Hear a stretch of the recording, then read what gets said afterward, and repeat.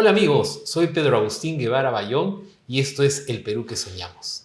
El día de hoy tenemos a un invitado de lujo. El tema que vamos a tratar es fuerzas externas al acecho del Perú. Y para esa ocasión, para tratar ese tema, hemos invitado nada menos que al coronel Juan Carlos Liendo O'Connor.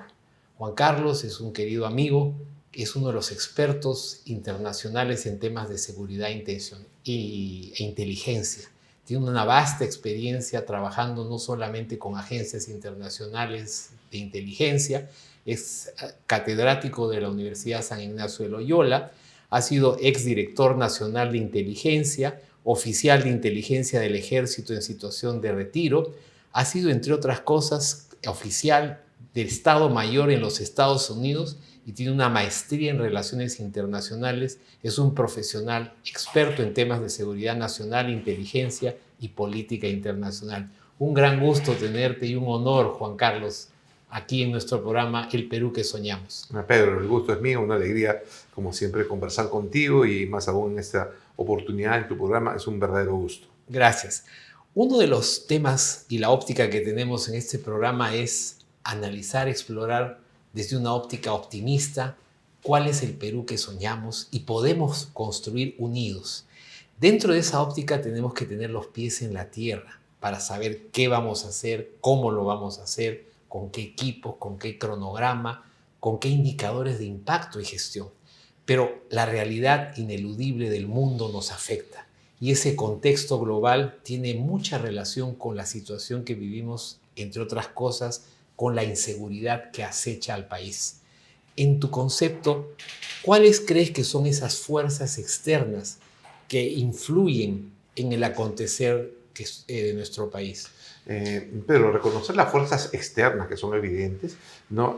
Y para reconocerlas tenemos que explorar un poco el entorno, digamos, ¿no? Porque es de ahí donde vienen las fuerzas externas y hacia dónde migran, por decir, la potencia de nuestros recursos, digamos, es como una gotera por donde escapan nuestras oportunidades. O sea, el Perú es afectado por fuerzas externas, geopolíticas, ¿no? Geopolíticas básicamente, y hay una gotera por donde nuestras esperanzas, potencias y recursos también se escapan hacia la dinámica externa. Ese es un doble juego. O sea, son fuerzas al acecho que se involucran en los asuntos locales y que generan pérdida al estilo una gotera de una tubería picada, donde se van nuestras esperanzas, nuestras potencias, nuestras oportunidades. Un poco son los que enfrentamos, ¿no? En ese contexto mundial parecería, sí, de acuerdo a muchos analistas, que tenemos dos grandes bloques, quienes buscan la autocracia y quienes buscan la libertad y la defensa de la persona humana. En ese contexto tenemos, por ejemplo, una agenda global con pretensiones de establecer un Estado supranacional que le diga a cada país qué es lo que debe hacer, cómo debe hacerlo. Está en la agenda de la LGTB extrema, todas esas ideas que a través de, por ejemplo, los objetivos de desarrollo sostenible, de contrabando se vienen introduciendo en los países. Este Estado supranacional también tiene un paralelo con el Estado nacional que pretende, por ejemplo, imponernos el Foro de Sao Paulo. Resumiendo este contexto mundial en términos geopolíticos, tendríamos un bloque no necesariamente uniforme, pero con un objetivo de imponer al Estado por encima de la persona humana. En Europa ya están cansados de ese Estado sobredimensionado que se impone sobre los agricultores, sobre el ciudadano, sobre el europeo. Y por el otro lado tenemos quienes defendemos la libertad y sobre todo tenemos a la persona humana como centro de gravitación. ¿Cuáles son esas fuerzas en términos regionales que tú crees son parte de este acecho al país? Esas fuerzas internacionales en ese contexto, digamos, como tú bien lo mencionas, tienen una doble, están en dos dimensiones, ¿no? La dimensión de un proyecto de globalización, de sociedad global, que digamos, en términos concretos y reales de la evolución humana, es inevitable, o sea, tiene que venir, digamos, la dimensión de la tecnología, la capacidad de producción, la capacidad, digamos, de comunicaciones e interacción humana a nivel global es sin precedentes en la historia y solamente corresponde eso a un desarrollo sano en el concepto de una sociedad global. Pero el modelo planteado de sociedad global, digamos, desde la caída del muro de Berlín, parece que se ha agotado. O sea, no es que la sociedad global no sea un fin deseable y que sea bueno. No, sí es bueno en su concepto, pero el modelo en la forma como fue planteado y cómo ha venido y viene siendo impulsado, ha fracasado, ¿no? Entonces, esas fuerzas continúan presentes aún en nuestro país a través de agendas, digamos, y exportación, ¿no? Importación de ideologías, de proyectos que ya no funcionan. Lo vemos en nuestro caso con lo que está pasando en el Congreso, por ejemplo, lo que pasa con el Ministerio Público, con la inseguridad ciudadana, con el Poder Ejecutivo. En la raíz de todos esos problemas está una agenda mal construida desde sus inicios acá en el Perú, donde a principios buenos, metas deseables, mecanismos de implementación fallidos, y eso es lo que ha fracasado. Han fracasado los mecanismos de implementación. Hablando y aterrizando, ¿cuáles son los agentes de este tipo de... Bueno, los agentes siguen siendo, digamos, los proyectos de la sociedad global a partir de las ONGs, claro, y como instrumento de transnacionales. Está ahí concretamente hablando de Soros y la claro, agenda de... él es Soros y la agenda de Naciones Unidas, claro, digamos que era la proyección política de intereses económicos transnacionales en la lógica de la sociedad global. Con un Estado supranacional. Con un Estado supranacional. Que esté por eso incluso exacto, tienen propuestas para que nosotros claudiquemos en el dominio de nuestro territorio, por ejemplo, entregando la Amazonía, el mar, regulando los recursos naturales mineros. Paralelamente, otra fuerza externa es la autocracia de China, Rusia, Irán. Sí. Todas esas fuerzas que de alguna manera compiten, pero generan un movimiento anti-persona humana. Y por eso no es extraño encontrar que Rusia representa la libertad, Ucrania representa la libertad y Rusia la autocracia. En Irán está uno de los más grandes grupos terroristas. Y eso lo tenemos en el vecindario, porque esos grupos se han aliado con regímenes totalitarios autocráticos como el de Cuba, Venezuela, Nicaragua. Y hablando ya en concreto, para nadie es un secreto que Bolivia ha firmado un tratado de cooperación militar con Irán. Ahí yo hago una doble distinción de autoritarismo. Hablo de una doble distinción. Si hablamos del autoritarismo ruso, chino, hasta hindú, digamos, en términos de potencias que exportan sus influencias, vemos que son estados que se opusieron a la agenda de la globalización y desarrollaron mecanismos nacionales, locales, de economía, de trabajo y de seguridad.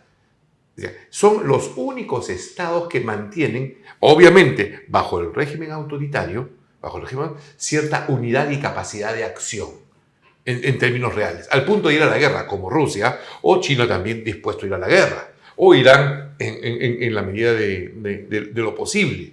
Digamos, claro, ¿no? La India también se maneja pero esos parámetros. Bien, la India es quizás la democracia más grande del mundo. Sí, es curioso, pero es una democracia, no es una democracia liberal burguesa, es una democracia estamental. Claro. Ya, los países que he nombrado, ¿qué cosa han rescatado? Han rescatado las bases de el sentido común de su identidad política. O sea, los rusos políticamente, ¿cómo se identifican? Identidad política rusa, identidad política china, identidad política iraní, identidad política hindú. Y ya llegando al vecindario. Pero ahí viene, y ahora, el Irán, tema, por ejemplo, ya, firmando acuerdos con Venezuela, con Bolivia, que Con lo Bolivia, tenemos aquí exacto. al frente. Entonces, Ya. para nadie es extraño que tengamos a un Evo Morales dentro del Perú y con un régimen boliviano que tiene un convenio de ayuda y cooperación militar con el más grande financiador del terrorismo mundial. Ya, es que aquí viene... ¿Cómo van a capacitar? ¿Qué aquí capacitación van a hacer? ¿Terroristas? Pero aquí viene la segunda dimensión de ese autoritarismo. Tenemos un autoritarismo de esas potencias que tiene carácter histórico, cultural, tradicional, de ellos, digamos, que fue una respuesta a la globalización y que les ha permitido, ese mismo proceso de globalización les ha permitido empoderarse contra la globalización. Es parte de la falla, ¿no? Pero colocando esa fuerza sobre la región donde nos encontramos, porque también hay un autoritarismo, ¿no? Entonces, ese autoritarismo local de proyecto de socialismo al siglo XXI, articulado por el eje de Cuba, Caracas, ¿no? La Paz, Nicaragua, digamos, es proyección de influencia de esos autoritarismos, ¿ya? Pero no, mira lo que estoy diciendo, no una proyección, claro, ¿ya? Para fomentar una sociedad, digamos, cohesionada, desarrollada, integrada al mundo. No, es una proyección de influencia externa de esas potencias para socavar el poder y la influencia de los Estados Unidos en la región. Y lo han logrado. Y lo han logrado de una manera, digamos, muy perjudicial para nosotros, porque esa influencia empodera autoritarismos criminales. Exacto. ¿Por qué criminales? Y ahí tenemos el Tren de Aragua, concretamente. Concretamente. Digamos, Venezuela. Es una proyección política, digamos, de Venezuela en su influencia sobre la región a través del Tren de Aragua. Tenemos, digamos, todo lo que es el socialismo del siglo XXI, que es una promoción autoritarista. Mira, que paradójicamente compite con el Grupo de Puebla, que es un socialismo democrático, ecologista, camuflado, digamos, pero que se suma a este autoritarismo radical. Entonces, ellos han tirado la semilla del autoritarismo que se sostiene en la región, ¿no? A partir de una economía criminal, de corrupción política de Estado. Una transnacional del crimen aliado con el narcotráfico, la minería ilegal, la trata de personas. Con carácter político. Con carácter político, porque el objetivo es político, es tomar tomar el Estado, socavar el Estado. Esa base criminal que has enunciado, trata de personas, narcotráfico, minería ilegal, contrabando de armas, todo eso. Tráfico de seres humanos. Tráfico de seres humanos, de órganos, y todo ello, ¿sí? Tiene su expresión política en el socialismo del siglo XXI. Claro. Porque están conectados, ese es un hecho concreto. Lamentablemente hay analistas que dicen que eso es un invento. No. O sea, y que, por ejemplo... Y lo vemos cotidianamente. Cotidianamente, ¿no? Pero ha sido, o es una estrategia para minar el verdadero proyecto de la libertad, de la democracia, que son logros de la civilización humana occidental. Exacto. O sea, y volvemos al inicio. Exacto. Estas dos grandes fuerzas al acecho del Perú son fuerzas externas que tienen a un Estado supranacional o un Estado nacional como el del Foro, que pretende tomar el Estado al estilo Foro de Sao Paulo, y quienes defendemos a la persona humana. Exacto. ¿Y eso cómo me afecta a mí como ciudadano? Para empezar, con un Estado que pretende imponerse por encima hasta de los derechos de un padre o una madre de familia. Exacto, tal cual. Cuando le imponen una narrativa que es ajena a sus creencias y sus valores, para decirle a ese niño, tú puedes escoger tu sexo, puedes ir a la RENIEC y puedes cambiarte de sexo. Pero ese fenómeno viene dentro del mismo concepto de sociedad global de Occidente, que es la base del rechazo. Mira, la base del rechazo que justifica poderes como el chino, ruso, iraní y hindú. Pues, o sea, nosotros no vamos a entrar con esa agenda. Y esa agenda ya se bloqueó. Aquí también se bloquea, o sea, es una agenda agotada, pero se bloquea desde la agenda del crimen organizado, desde la política corrupta, lo que vemos en el día a día Claro. en el Perú, que pasa en toda América del Sur, en toda América Latina, en toda Claro. Hispanoamérica, porque, digamos, es una agenda tan mal estructurada, tan ilusamente ejecutada, que ha generado una reacción contraria. Mientras que en el mundo de culturas, digamos, autoritarias, potentes, su expresión es potencias que desafían a Occidente, ¿no? En América Latina, que es en Hispanoamérica, que es la mezcla de la cultura andina con la cultura occidental, se transforma en una protesta de carácter criminal o en propuestas extremas como las de Antaurumala, por ejemplo. Claro. Digamos, esa es la expresión local, porque mientras el rechazo a la agenda global, digamos, en sociedades estructuradas, adquiere poder que desafía el sistema, aquí, en sociedades como la hispanoamericana, donde no hay estructuras de poder propias, el vacío de poder causado por ese proceso de globalización ha Da empoderado espacio a las autocracias al crimen que se expresa en forma de autocracia socialista. Muy bien. Eso es lo que ha pasado. Y aterrizando más del mundo globalizado y cómo estas fuerzas externas nos afectan, llegamos al tema de la inseguridad, el crimen transnacional que nos está atacando no solamente a Perú, sino a Chile y a muchos otros países. Es un hecho que el Tren de Aragua tuvo complicidad del mismo Maduro, por lo menos. Claro, el Tren de Aragua nace y se gesta en la cárcel de la zona de Aragua, donde el gobernador era el vicepresidente de Venezuela, de ascendencia iraní, y que ahora está en la clandestinidad, y donde hay un pacto político en Venezuela cuando vienen estas manifestaciones contra Hugo Chávez. ¿Te acuerdas que se agarraban a balazos en las calles y todo?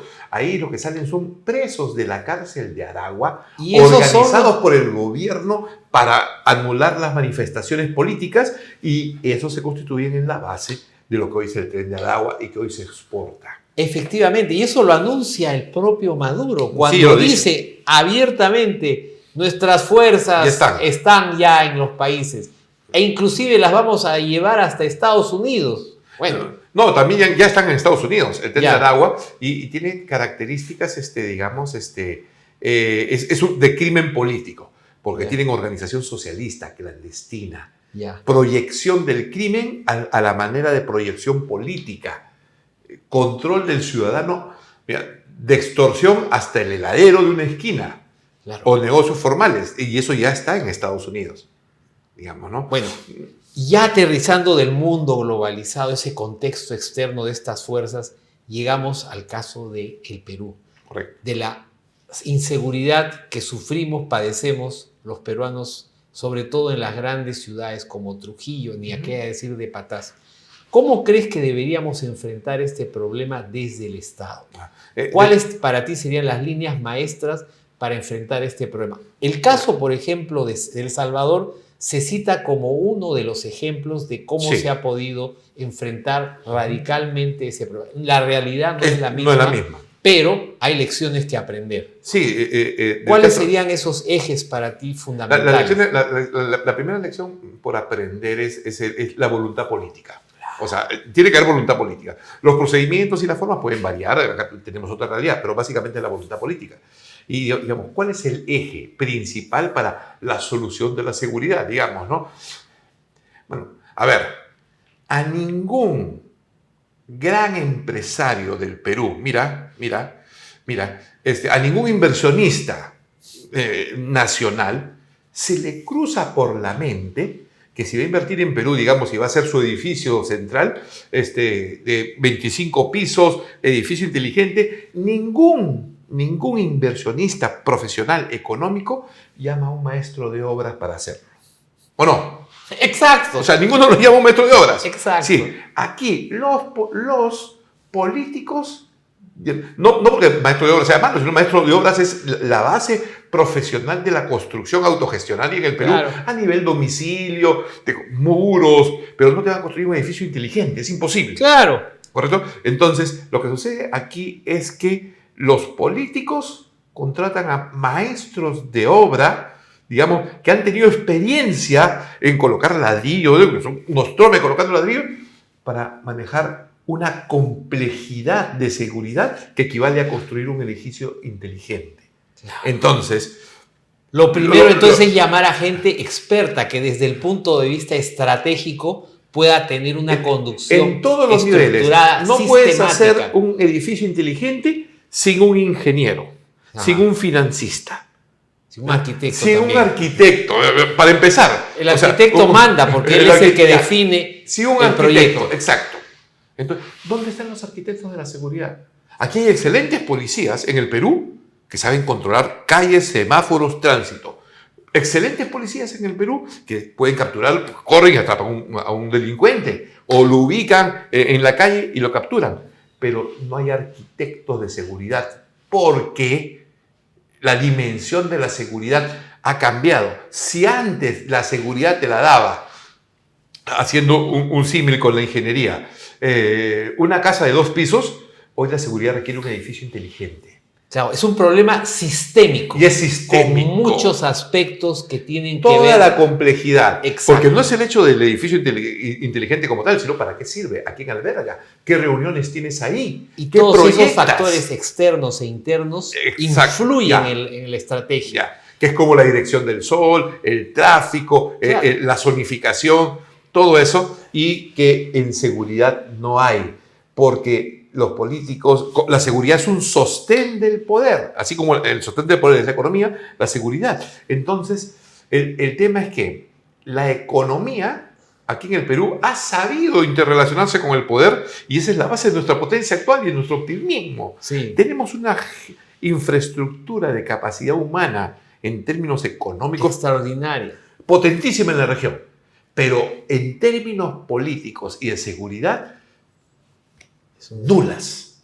Es la primera responsabilidad del Estado. Exacto. Antes que nada, velar por la vida y la seguridad de su gente. Entonces, y hemos claudicado porque estamos soñando todavía con Petroperú. Ya, pero el problema es a ver, tienes lo que tú dices, Petroperú, pero si yo te nombro a ti, Pedro, mira, lo que te voy a decir, a ver, hazme un proyecto para Petroperú, y que, ¿cómo se llama? Y que te rindan lo mejor posible. El Estado peruano es un mal administrador. El Estado no es lógico. Eso no te indica que no pueda ser propietario. Pero si yo te pongo a ti en Petroperú, en 2 años la haces rentable. ¿Cuál es el problema? ¿Cuál es el problema? El problema es que la dimensión de los intereses económicos legítimos en un mundo globalizado, ¿correcto? O sea, los peruanos, hay, como te digo, economistas, administradores financieros potentísimos, tienen la visión de la economía global y se han saltado, mira lo que voy a decir, se han saltado el poder y potencial de la dinámica de la economía local. O sea, tú te armas un equipo de peruanos involucrados en la economía para hacer un proyecto internacional, para atraer inversiones y lo tienes de primera, pero no tienes el mismo equipo para solucionar el problema de agua potable en un distrito. Increíble. ¿Correcto? Entonces, porque estás mirando globalmente y te has saltado lo local y eso no puede suceder. Y lo local involucra el poder y la decisión política. Por eso es que hay que entrar a la cancha política, porque si dejamos el vacío, tenemos justamente a un Antauro Humala recorriendo el Perú, efectivamente, y quienes no necesariamente comulgan con sus ideas, perdemos por walkover. Claro, porque la economía peruana es tan potente, ¿no? Que yo agarro a este grupo de inversionistas, este grupo financiero, digo, ¿dónde hago negocios? En Patás, mira lo que voy a decir, en Patás, en Juliaca, mira, o coordino una inversión con Dubái. O sea, la capacidad instalada para generar una inversión con Dubái es potentísima. Claro. Tú sabes, tienes que estar en el nivel top. Claro. Y la haces. Y traes a Dubái acá. ¿Correcto? Y tienes el proyecto. Pero no hay nadie que se interesa por el proyecto económico de Juliaca. Entonces, aterrizando. En primer lugar, la decisión política. Decisión política. En segundo lugar, a ese arquitecto de seguridad. No simplemente operadores, Exacto. sino gente que plantee esa estrategia con gente que conoce. Que conozca, que tenga que puede carácter manejar este problema sistémico. Sí. Es indudable. Es la misma lógica. Efectivamente. Es la misma lógica. Dentro ya aterrizando poco a poco, ¿qué otras líneas maestras deberían estar detrás de un plan de seguridad? A partir de ahí, digamos, las líneas estructurales que sostengan la estrategia, ¿no? ¿Cuáles serían esas, por ejemplo? Primero, reconociendo las diferentes dimensiones de seguridad que maneja un Estado. Entonces, tú tienes la seguridad doméstica de tu casa, o tú eres responsable, tú le echas la llave, apagas la luz, no dejas prendida la cocina. Esa es la seguridad de tu casa, eso depende de ti. De la calle, por ejemplo. Digamos, sí. Esa es tu seguridad. Tienes que articular todo eso, pero una vez que sales de tu casa, te tienes que cruzar la pista, tienes que tomar un vehículo, es la seguridad de la calle, tienes que atravesar un parque, una zona iluminada o no, esa es la seguridad ciudadana. Y ahí entra la policía. Ahí un pequeño paréntesis para comprender las diferentes dimensiones, ¿no? Entonces, la vida cotidiana, la vida diaria de la seguridad que involucra tu barrio, ir a tu trabajo, la zona donde trabajas y tu carretera, es seguridad ciudadana. Cuando hay problemas como de una multitud, digamos, las barras bravas, digamos, una huelga, digamos, ¿no? Una protesta por algo, o una bronca callejera, claro. Estás hablando de orden público. Como las manifestaciones. O las peleas entre bandas, pandillas. Tienes orden público. Esa es otra dimensión de seguridad. Tu casa, tu calle, tu trabajo y digamos, la violencia. El siguiente nivel es cuando el gobierno no funciona y desafían el Estado de Derecho. Ese es orden interno.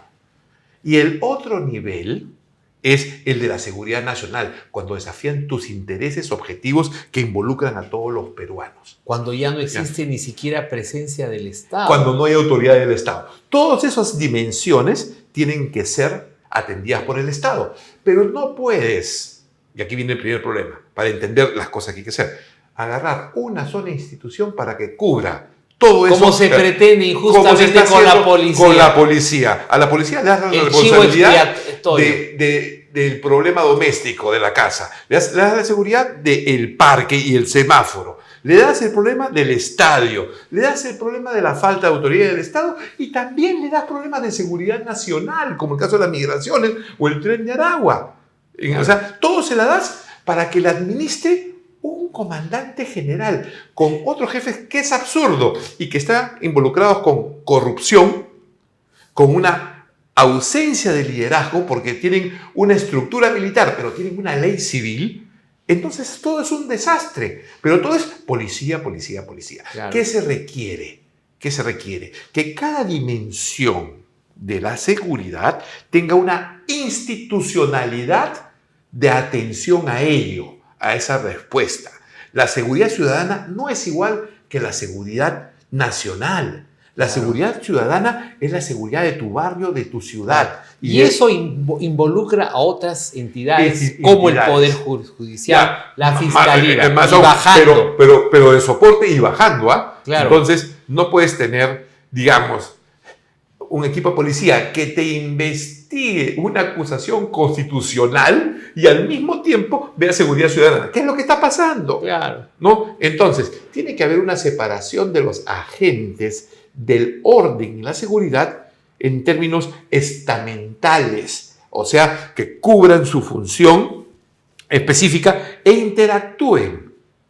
Porque no deben manejarse como entes aislados, encapsulados. No pueden manejarse encapsulados. Son parte de este sistema de seguridad. Es un problema de sistémico. Arquitectura de seguridad. Y para los que no saben cómo se maneja la construcción, es un excelente paralelo, arquitectura manda, decimos. Claro. Porque el arquitecto tiene la concepción sistémica de todo el proyecto, ve estructuras, ve instalaciones electromecánicas, sanitarias. Ya el ingeniero dice, le voy a poner tanto fierro dentro de esa columna. El arquitecto sabe, esto va a ser la predimensión. Pero tú no puedes agarrar a un solo contratista para que te vea todo. Exacto. Y para hacer un edificio inteligente. Eso es lo que está pasando en el Perú. Y ese conjunto de expertos lo tenemos, porque Sí a Dios gracias hay sí gente hay como tú. expertos. Bueno, muy agradecido. Hay muchas personas, ¿no?, que están capacitadas para eso. Lo que pasa es que el político no quiere aceptar ello. Ya, es ignorante, y esto es manejar sistémicamente. Esto es apolítico en términos de intereses partidarios, de que no me metan preso, de que doy trabajo a mi amiga. Claro. No funciona así. Claro. No puede Y funcionar este así. es un tema que nos afecta a todos los políticos, no políticos, a todos los Pero en peruanos. diferente manera. En diferente manera. Porque, digamos, si yo tengo dinero, yo puedo blindarme y cuidar mi familia y mis hijos. Claro, voy O, con si guardaespaldas. si yo tengo seguridad, si yo tengo conocimiento, sé a dónde me meto, con quién no me meto y cómo me relaciono. Pero el pueblo más débil, las personas más humildes, con poco conocimiento, débiles, mujeres, niños, ancianos, Estudiantes. enfermos, estudiantes, muchachos, no tienen quien los proteja. Exacto. Entonces, las fuerzas nacionales, la fuerza nacional más potente es la economía que sostiene este país. ¿Ya? Solamente está mirando el problema económico y abandona el problema político y el problema de la seguridad. O sea, a nadie se le ocurre en el Perú poner un funcionario como presidente del BCR, digamos, que tenga administración de empresas y nunca ha trabajado en el Estado. Claro. No hay forma. Zapatero ¿no? a tus zapatos. Exacto, pero si te pones un ministro de Defensa, alguien o jefe de un centro de estudios militares, alguien que nunca ha pisado un cuartel o una comisaría. O te pones, digamos, a una persona de nivel subalterno, que es muy digna en el nivel subalterno, a ver cuestiones estratégicas de políticas de Estado de seguridad internacional. Al mando, dirigiendo profesionales con experiencia internacional. No hay forma. Claro. Entonces, la seguridad es el patito feo de la gestión. Claro, No, siempre, camisa de 11 varas, un exacto. problema sistémico complejo que requiere un trabajo multidisciplinario, serio, que involucre efectivo. También al ciudadano. No, involucra al ciudadano, al Poder Judicial. El ciudadano tiene que estar metido en todo. Claro. Digamos, ¿no? Porque es gestor, pero en su respectivo estamento. Digamos, ¿no? El ciudadano está involucrado con la seguridad de su casa, de su barrio, del orden público, del orden interno de la seguridad nacional, pero tiene que haber un orden donde encajas, pues, porque si no, olvidas. Haciendo una especie de FODA, fortaleza, análisis estratégico con las fortalezas, oportunidades, debilidades y amenazas. ¿Cuáles crees tú que son las amenazas que están ahí latentes? Sí. En el contexto ya del país. Las amenazas están pintadas y van claras. Y no van por el lado económico, van por el lado criminal, donde ante la ausencia de autoridad política y estructuras de seguridad se empodera, no hay vacíos en seguridad ni en política, se empodera el crimen. Ejemplo, Haití. Si tú estás viendo las noticias ahorita, Haití ha sido tomado por bandas criminales. Y el presidente ha dicho, no puedo controlar esto, renuncio. Y tienes Haití con misiones de paz de casi 30 años, dirigidas por la ONU. ¿Qué es eso? O sea, ese es síntoma de evidencia del fracaso, del ¿no? Estado fallido. Del Estado fallido, ¿no? Ultra fallido. Ultra fallido. Entonces, la principal amenaza es el empoderamiento del crimen organizado, como sucede en México, como sucede en Colombia, y en Perú todavía no. Pero estamos en un franco proceso a ello. Todavía aquí el pueblo peruano tiene bases culturales, ahí están las oportunidades, ¿no? Dentro del FODA, ¿no? Tienes esas amenazas y las oportunidades es la potente base cultural peruana, ¿ya? Miren lo que voy a decir, potente base de respeto a una autoridad efectiva y empática con los problemas de la mayoría de la población. Eso es cultural. ¿No? Se explota como oportunidad. Esa cultura se manifiesta en el aspecto de reciprocidad. Si la autoridad es efectiva, obtiene reciprocidad. Exacto, tú lo conoces muy bien. Y el capital político puede crecer justamente si es efectivo y eficiente. Y te doy un ejemplo opuesto. ¿Cuál crees tú que es la percepción de la ciudadanía con respecto a los últimos escándalos políticos relacionados con entrega de favores sexuales desde el poder político en un grupo de muchachitas cortesanas que rotan entre políticos de alto nivel? ¿Cuál crees que es la percepción en el pueblo. Todo Ya no vale. solamente es rechazo, sino como todo vale, el que venga, cualquiera que venga, que le saque la michi a estos políticos incompetentes, Claro. corruptos e ineficientes. Como todo vale. Y esa es la oportunidad, Y yendo al foro. ya, ahora Quien exacto. tome ese tema políticamente va a ganar un capital Sí. que le va a permitir hacer, entre otras cosas, lo que hizo con sus grandes diferencias Bukele en El Salvador. Claro, digamos, con las grandes diferencias, y como hemos visto, hay grandes diferencias, es mucho más complejo, pero sí tiene que haber una voluntad política. Y aterrizamos quizás aquí una pregunta, quizás, disculpa, está algo incómoda. ¿Tuviste tú la oportunidad de ser ministro justamente de doña Dina Boluarte? Director de inteligencia. Director de inteligencia. Sí. Y fue muy, muy corto tu periodo. ¿Qué podemos sacar de esas lecciones? Que, digamos, no pueden existir, no puedes entregar la toma de decisiones de Estado, Sí. digamos, a políticos que no tienen palabra, que ignoran la dimensión del manejo de las fuerzas del poder y donde priman intereses personales y de grupo del nivel sumamente básico para que dirijan el Estado. O sea, es imposible, insisto, en hacer que un constructor amateur te construya un edificio inteligente. Esa es la pregunta directa, la comparación, digamos, ¿no? Ya. Entonces, tu consejo para el gobierno sería: escojan a un arquitecto que tenga la concepción general de un problema sistémico, de modo que tengamos la posibilidad de realmente solucionar este problema. Sí, definitivamente. Y que lo evalúen con sus mismos estándares. Así como el estándar que se escoge para decidir quién va a ser el jefe de finanzas de un banco. Claro. Ahí no vas a poner al amigo de tu amiga. Claro. No hay forma. Claro. Ese banco no pasa. Se habla tanto de la isla de excelencia del Banco Central de Reserva. Ya. ¿Y cuán difícil es ingresar? Los requerimientos ya. efectivamente ya. han y primado mirar en base a la meritocracia. Exacto. Y mirar personas y prepararlas para ello. ¿No? Como se coge, digamos, en su momento, porque ahora también está débil, se cogía.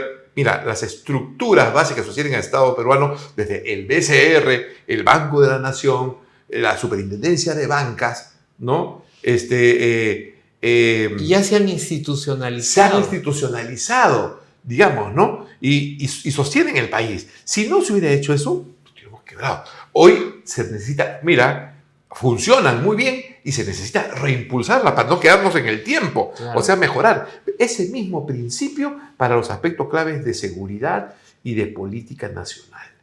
En términos ya más bajos de esta estructura, hemos ido del tema global, del tema a nivel de región, América Latina, ya llegando al plano nacional, descendiendo, por ejemplo, aunque no es tu experiencia cotidiana profunda, haber estado en el Ministerio del Interior, ¿qué ejes, por ejemplo, podrías plantear para la reforma profunda de la policía? Sí, definitivamente tiene que haber una reforma profunda y estructural inmediata, simultáneamente. Una reforma es complejo, pero tiene que ser una reforma simultánea con la acción policial, porque no puedes abandonar el tema de la seguridad y no le vas a decir al ladrón, espera un momentito mientras reforma, ¿no? Claro, cuando estás en el incendio, claro, ya después averiguarás cuál fue claro, la causa, pero exacto. hay que apagar el incendio. Tienes que apagarlo, pero también tienes que reformar al mismo tiempo, por eso es una gestión de cirugía. Entonces, tiene que haber una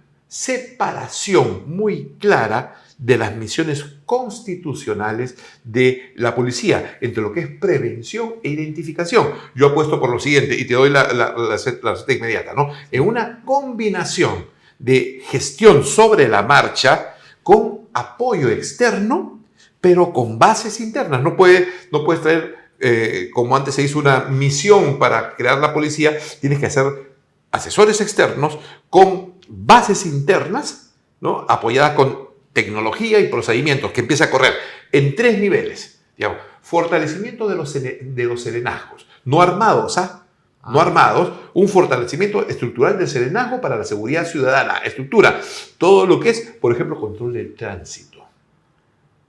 Digamos, todo lo que son ahí la violencia doméstica cotidiana, que es un montón. Los delincuentes de pequeña monta. Tienes serenos que son hombres, personas de mediana o edad madura. Claro. Que está bien, porque hay gente con criterio, que ya tiene experiencia, pero tienes que potenciar jóvenes en el serenazgo con capacidad de atrapar delincuentes callejeros. Eso es básico. Ya. Ese es uno. Segundo, refundar la Guardia Civil en su rol de prevención del delito con capacidad nacional. ¿Correcto? No distrital o provincial, porque pasa uno la frontera ya. Los serenos, en su misma dimensión, solamente empoderándolos hasta que atrapan al delincuente callejero y manejen el tránsito de tu ciudad. Eso, mira, ahí le estás liberando el 30 al 40% de la fuerza policial que está ahí dirigiendo tráfico. Entonces tienes policías locales con asesoramiento internacional que potencien el liderazgo. Ese es uno. Refundación de la Guardia Civil. Una policía nacional, ¿ya? Pero enfocada en la prevención del delito, en todo lo que es orden público. La inteligencia. Eso, termino con eso, ¿sí? En orden público. Entonces, es como es la Guardia Civil Española, como son los carabineros en Chile, en Italia. Ajá. Ellos te persiguen a las bandas criminales, intervención contra secuestros. Como es en Canadá, como es en Estados Unidos. En la maletera de un auto tiene una ametralladora el policía. Esa es la Guardia Civil, ¿correcto? Ya. Empoderar y refundar la policía de investigaciones, mira lo que digo, ¿ya? Pero lo que era la PIP, pero bajo la autoridad del Ministerio Público, así como es el FBI. ¿Por qué? Porque el policía de la Guardia Civil también investiga el crimen local, el delito, dentro de sus funciones tiene sus unidades de investigación, pero la investigación técnica especializada, criminal, de alcance nacional, de alta complejidad, la debe tener la PIP, pero ellos conducen la investigación, pero bajo criterio judicial, dentro de la organización del Ministerio Público, como es el FBI en Estados Unidos, también como sucede en Australia. Claro. Ese es el punto, ¿no? Y eso permitiría que el flujo de información sea mucho más fluido. Y más potente. La acción la acción judicial se potencia. Claro. Digamos, ¿no? Hay niveles de investigación básicas, iniciales, que hace la Guardia Civil en su tarea de prevención del delito. Pero cuando ya el delito está, quien investiga la PIP, rápido. Hay que actuar. Y eso es la PIP, pero hay que actuar con la fuerza del Estado de Derecho, no como una institución independiente. Claro. Y menos involucrada con el poder político. Claro. No puedes someter la acción de la investigación criminal nacional al poder político, que es lo que pasa hoy. ¿Correcto? Entonces, eso está bajo el Ministerio Público. Y pasando del Ministerio Público al Poder Judicial. Exactamente. Entonces, tienes tú fortalecimiento del liderazgo, refundación de la Guardia Civil, refundación de la Policía de Investigaciones, no bajo el Ministerio del Interior, sino bajo el Ministerio Público, porque no puede estar la investigación criminal bajo control político. Pero justicia hecha por los expertos. Los investigadores. Claro. Que son los investigadores. Uno de los grandes problemas hoy en día es que quien investiga supuestamente es el fiscal. No, y un proyecto de ley que de repente con buena intención se está sacando, digamos, está derivando la investigación policial de nuevo a la policía, pero las comisarías, que son unas islas no articuladas, y en la comisaría no hay liderazgo. Y las comisarías son los principales focos de penetración, de infiltración del crimen con la policía. Estás entregando la investigación a una organización débil. O sea, la idea puede ser buena, pero si no hay reforma, como te digo, no hay. ¿No? Entonces, y pasamos a la interacción con el Poder Judicial. Pasamos de policía, Ministerio Público, otro ente que debe participar es el Poder Judicial. Exacto. Entonces ahí, en todos los niveles, ya esa interacción del Poder Judicial está desde la seguridad ciudadana, serenazgo con Ministerio Público a su nivel, para automáticamente a ese vago fumón que le pegó a la ancianita en la esquina de la panadería, pues se vaya preso de inmediato. No, a una cárcel de ese nivel, en el nivel seguridad ciudadana. El Ministerio Público en el nivel prevención del delito, con la Guardia Civil. Y el Ministerio Público en el nivel de investigación de los crímenes de alta complejidad. Le roban un celular a un estudiante universitario en la calle. ¿Esto cómo funcionaría? Ya, a ver, entonces tienes tú, le roba mira lo que te voy a decir, los vecinos, tengo el caso, un amigo en Chorrillos, le robaron, los vecinos capturaron al delincuente, tuvieron que pasarse 48 horas y el fiscal tuvo que amanecerse para poder presentar la denuncia. Mira, la denuncia. Entonces, le roba un celular, un pájaro frutero, digamos. Entonces, con el serenazgo fortalecido, con la presencia de la policía. Lo capturan. El Ministerio Público lo captura y, ¿cómo se llama? Ese señor va a la cárcel. Fiscal tiene que estar con el policía. En la comisaría, ahí junto. En cantidad y calidad suficiente para que puedan realmente resolver el problema. Porque también, a ver, yo he tenido, o tengo la oportunidad, es imposible no estar involucrado, digamos, con el Ministerio Público o algo. La calidad profesional es paupérrima en muchos casos. Pero bueno, ese celular robado, si es un pájaro frutero, esa denuncia también involucra a la Guardia Civil porque puede determinar si es un pájaro frutero o pertenece a una organización criminal, a una banda. La banda ya la captura la Guardia Civil. Y si esa banda tiene carácter nacional, digamos, y de alta complejidad, ya entra la Policía de Investigaciones con el Ministerio Público. Entonces tienen arquitectura de seguridad para que funcione. Pero tienes control de fronteras, tienes DIRANDRO. Es un enfoque sistémico. Mira, tienes otras organizaciones especializadas como terrorismo, todo eso, ya en el diseño, digamos, en el diseño de esas unidades especializadas implica la refundación de la Guardia Republicana, pero bajo el Ministerio de Defensa. ¿Cuál sería el rol de la Guardia Republicana? El orden interno, el control del orden interno, donde no hay autoridad del Estado, y en los focos de autoridad del Estado, ejemplo, Patás, ¿no? Ahí entraría la Guardia Republicana. Ya, una Guardia Republicana profesional, apoyada por el Ministerio de Defensa, desde el Ministerio de Defensa, con la logística, como es la Guardia Nacional en Estados Unidos, y en forma temporal. Pero no puedes juntar 5 policías de Ica, 10 de Trujillo, 20 de Tacna, 5 de Lima para enviarlos a Patás como si fuesen soldados. Y todavía sin autoridad para poder ejercer el monopolio de la fuerza. Sin presencia del Ministerio Público. Mira, y los mandas, pero como eso no funciona, envías una patrulla de 30 soldados con armas de guerra, ¿te imaginas? Claro. O sea, no es lógico. Porque no van a poder usarlas. Porque no van a poder, porque si las usan, se van a la cárcel. Se van a la cárcel. Entonces, ¿qué me dicen que está pasando, en Patás? Va la policía, pero hasta está el ejército. Entonces, los mineros ven al ejército y tiran las armas porque saben que no se las van a jugar. Pero si sale el ejército, no le hacen caso a la policía. Entonces, y esa no es función del ejército. La que está fallando es la policía. Porque si meto al ejército, como es en Estados Unidos, en España, en Alemania, es para aplicar la ley militar en un extremo total. Claro. La ley marcial. Entonces, que es la dimensión de la seguridad nacional. No, y estoy totalmente en contra de mezclar policías con militares, porque el resultado es peor. Claro. La fuerza policial se desvirtúa y quiere copiar a los militares. La fuerza militar se desvirtúa y se convierte en policía. Claro. ¿Y quién gana? El crimen. Porque pierde legitimidad. Pierde legitimidad, pierde procedimientos, se debilita, no está hecho para eso. Ahora, el militar está hecho para decir, mira, está configurado aquí y en el mundo, es la doctrina, tienes un objetivo militar, sales 3 días de tu cuartel para tener tal efecto y después regresas a tu cuartel.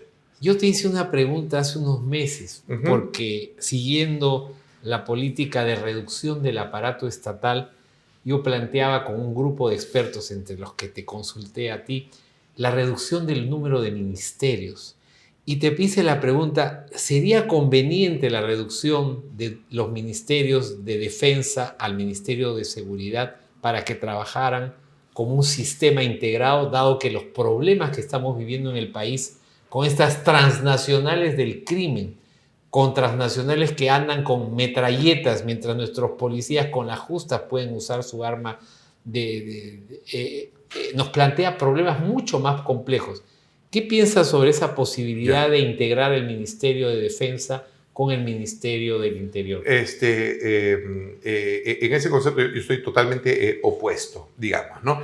Incluso, digamos, yo cambiaría el nombre de Ministerio del Interior, debería derivar en un Ministerio de la Seguridad. Interna. Interna, digamos, ¿no? Que articule todo esto, lo que estamos comentando, como es en otros países, ¿no? El Ministerio del Interior tiene el problema de que si es un estamento político o un estamento de seguridad, no puedes mezclarlo. Claro. Si es de seguridad, tiene que ser técnico. Entonces sí debería establecerse un Ministerio de Seguridad con las potencias de articulación en el sentido que es el Homeland Security en Estados Unidos. Todos los elementos de seguridad internos se derivan al Homeland Security. Y trascienden el periodo de gobierno. Y trascienden el periodo de gobierno, no que yo nombro al general que me gusta, que no me gusta.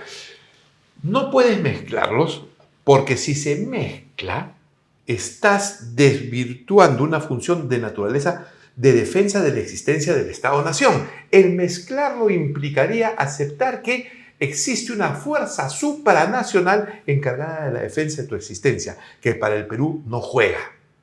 Y te doy un ejemplo, digamos, ¿no? Lo que pasa en El Salvador y lo que pasa en Ecuador es que quien ha tomado el control de la seguridad criminal es el Ministerio de Defensa, no la policía. Porque no puede subordinar la Fuerza Armada a la Fuerza Policial porque son... ¿Y eso funcionaría en el Perú? No hemos llegado a ese nivel todavía. Ya, pero probablemente si nos acercamos al precipicio, sí, tendríamos que vernos obligados a ese... La solución, pero en ese caso, como ese, y te lo doy al ejemplo muy claro, lo que sucede en Ecuador ya no es un empoderamiento de la seguridad policial, sino es el ejercicio de la seguridad militar a cargo del crimen. Lo que sucede tanto en El Salvador como en Ecuador. Quien dirige las acciones contra el crimen, y te voy a dar un ejemplo claro, la dirección de la lucha contra el crimen es el Comando Conjunto, tanto en El Salvador como en Ecuador. Eso es un mando militar. No hemos llegado aquí, podemos llegarlo. Y te voy a dar un ejemplo. El tratamiento, de los detenidos, ya tiene la lógica de prisioneros de guerra. Wow. En Ecuador y en El Salvador. ¿Qué cosa quiere decir? Que un teniente va a un barrio y dice que salgan todos los jóvenes y todos a la cárcel, sin fiscal. Eso es lo que está pasando en El Salvador. Por eso es que lo han reducido tan rápido. Claro. O sea, anda a tal barrio donde sabes que hay bandas, envías un batallón de infantería con 100 policías y toman, pues. Y los metes a la cárcel. Si pagan por pecadores. Ya, eso es lo que está pasando en Ecuador. Porque ya el problema ha llegado a ser desbordó. Todavía tenemos un espacio para actuar con ese sistema integrado con de esa fiscales. Arquitectura, que por eso es que cuando dicen hay que hacerlo de Bukele, Bukele ha puesto a la Fuerza Armada a controlar el crimen. Claro. Lo mismo que en Ecuador. Y Ecuador, la Fuerza Armada apoyada por Estados Unidos, apoyada por Brasil. Y mal enfocado puede ser el caso de México, que ese es un ejemplo de cómo no funcionó. Exacto. Porque impusieron a la Fuerza Armada a tomar control de la seguridad. No, lo que pasó en México, no funcionó en México. Y no funcionó en Colombia, y Colombia se salvó por otro aspecto, pero en México colapsó porque en México se le dio tareas de policía a la Fuerza Armada. Entonces, la Fuerza Armada no es policía. Entonces, ¿qué pasó? La Fuerza Armada iba con un fusil para capturar a un narcotraficante sacando fusiles. Incluso fue un vehículo para la corrupción de la Fuerza Armada. Incluso el servicio militar, igual que pasó en El Salvador, igual que pasó en El Salvador o en México, los licenciados de las fuerzas especiales fueron contratados por las bandas de narcotráfico. Entonces tenías tú compañeros de uno u otro lado. ¿Ya? Entonces, aquí no ha pasado eso. Aquí sí tenemos policías en retiro que con policías en actividad forman parte de una banda criminal, pero son policías. Si eso pasa en la dimensión militar, te olvidas del país. Estamos a tiempo, amigos, y justamente hablando de tiempo, tenemos que despedirnos y será extraordinario poder seguir conversando Cuando quieras, para Pedro. aterrizar contigo, Juan Carlos. Lo que sí queda claro es que es un problema sistémico. No puede pretenderse utilizar a la fuerza policial simplemente como el chivo expiatorio No. y dando esta responsabilidad a gente que no tiene la idea de lo complejo que es. Debe involucrar a un conjunto de sectores o un conjunto de entidades que de alguna manera institucionalicen y fortalezcan al aparato estatal para defender la primera responsabilidad que tiene un gobierno, un Estado, que es defender la vida y la seguridad de sus ciudadanos. Los esperamos hasta el próximo jueves. ¡Viva la libertad! ¡Viva el Perú! ¿Algo más que nos quieras decir tú de despedida, Juan Carlos? Sí, Pedro, manifestar que tenemos un país hermoso, muy potente en recursos naturales y, digamos, con gente con mucha potencia de ser proactiva. Solo necesitamos el ingrediente de ajustar el liderazgo político. Si ajustamos el liderazgo político, el optimismo va a ser superlativo. Las cosas van a encajar y el Perú va a superar esta etapa de convulsión global como una potencia de un país de hombres libres, con justicia y con un futuro prometedor para sus hijos y que dé seguridad a las personas más débiles, a los pobres y los enfermos. Y te acompaño en ese optimismo. Así sea, Juan Carlos. ¡Viva la libertad! ¡Viva el Perú! Gracias, amigos.